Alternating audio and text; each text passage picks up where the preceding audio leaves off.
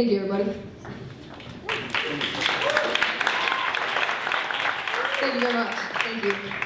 Thank you, everybody. Thank you very much. Thank you. Thank you so much. Thank you. Thank you, everybody. Okay, this is awkward. So I was watching this comedian, and he started off the show by saying thank you. Well, and everybody kept clapping, so he kept saying it, and everybody kept clapping, and it kept going, and I was like, that's funny. That's the way to get a show started. But then I thought, what if people stop clapping while you're saying thank you? Is it awkward? Yeah, it's awkward. Stand-up can be kind of hard to do. You know when you crack a joke and everybody's just sitting there and nobody laughs? Kind of like right now. But don't worry, I came prepared. I've been watching stand-up comedy on YouTube for about the past 6 months, 24/7. My mom thought I was up in New York in school. No, I've been down in the basement. Joke's on you. No pun intended. So I came prepared. First of all, the beginning is very important. Bomb that. Moving on. Presentation is next. You can say pretty much anything you want to say, and as long as you say it the right way, people laugh. It's kind of like a sermon. I want to tell you what I had for breakfast this morning. I want you to know what I had for breakfast this morning. I had Lucky Charms, and I didn't have any kind of Lucky Charms. I had chocolate Lucky Charms. Or you can take a little bit more of a laid-back approach. You act real calm, and you build everybody up, and then you just give a little chuckle like you know something that they don't know.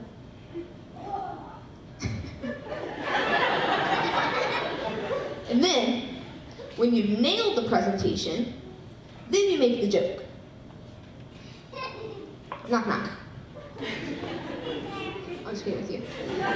Content, I didn't really get along with content. You know, it wasn't just because it's really crude and all the jokes are inappropriate. I didn't watch that stuff, Mom. I only watched the good stuff. No, the content was personal. These people aren't making jokes. They're talking about my life. Let me tell you about homeschoolers. Let me tell you about homeschoolers. We have feelings. You know when you go into a restaurant and there's a big family in front of you, they got like 7, 8 kids and they take you so long? Let me tell you about big families. We have feelings. So, you know, I just kind of skipped over the content part. Who needs content anyway? You know, we'll go on to the ending. So the ending is really crucial because the ending is the punchline of your joke. You gotta nail the ending. The worst thing about a stand-up routine is you go and you're laughing and there's a lot of good jokes and then they just walk off stage and there's nothing and you're all waiting for something and there's nothing. So you know, I figure if nothing else goes well, at least I nail the ending. So I put all my effort into that. I'm researching it, I'm looking it up, I'm practicing, and I'm crafting it, and I'm thinking, and well, I got nothing. Thank you, everybody. I'm kidding.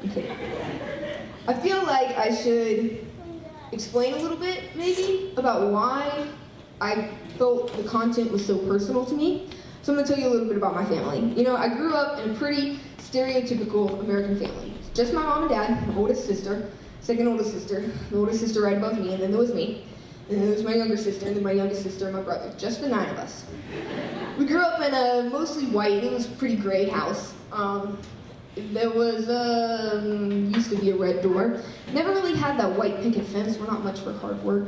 But we got the animals, you know, we got like 4, 5, 6, 7, 8 dogs, a couple 100 cats. You know, we got cows, goats, chickens, 30 plus cousins, but they all stay outside. You know,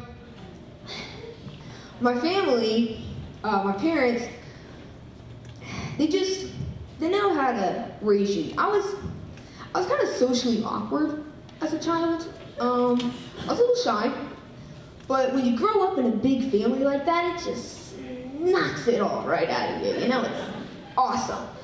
Every morning, my dad would wake me up and he'd take me down and put me on the couch for Bible study, and I'm still half asleep when I look around the room and I look back at my parents. Are you kidding me? Who's the new kid now? Enough is enough already. You know, but they raised us the right way. My mom personal time with my mom was always my favorite, you know?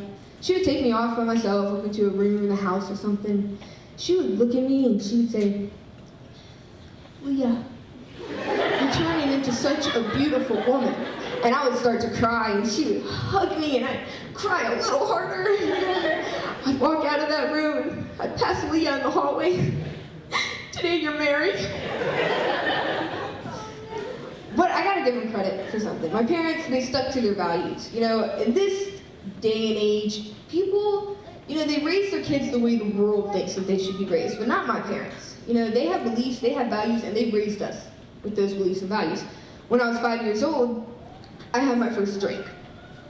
And I never knew something could taste so refreshing. I hadn't been feeling well lately, and the doctors, they call me dehydrated, but my parents call me patient, and after that first glass of water, I was better. They knew what they were doing.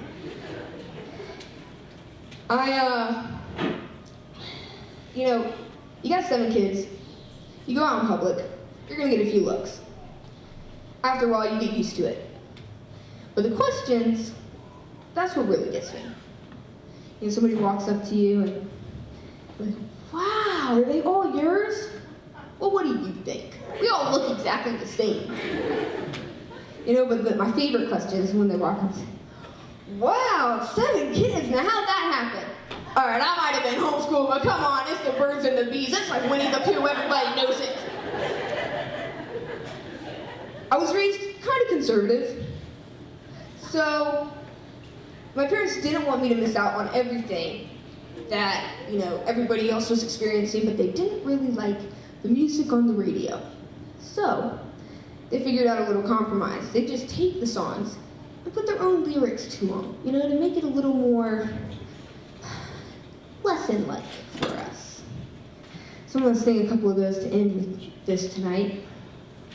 I can get this done. So this is what I grew up listening to. I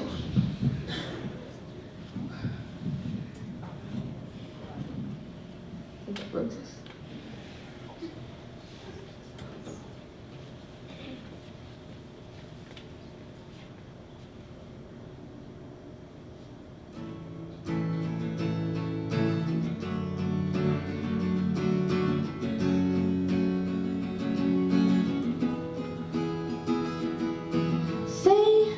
You will obey, and don't you go and pout.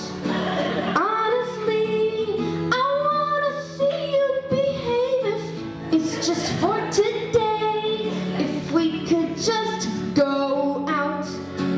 Honestly, I wanna see you behave. I just wanna see you. Don't tell me what you will do. I don't care if it's true.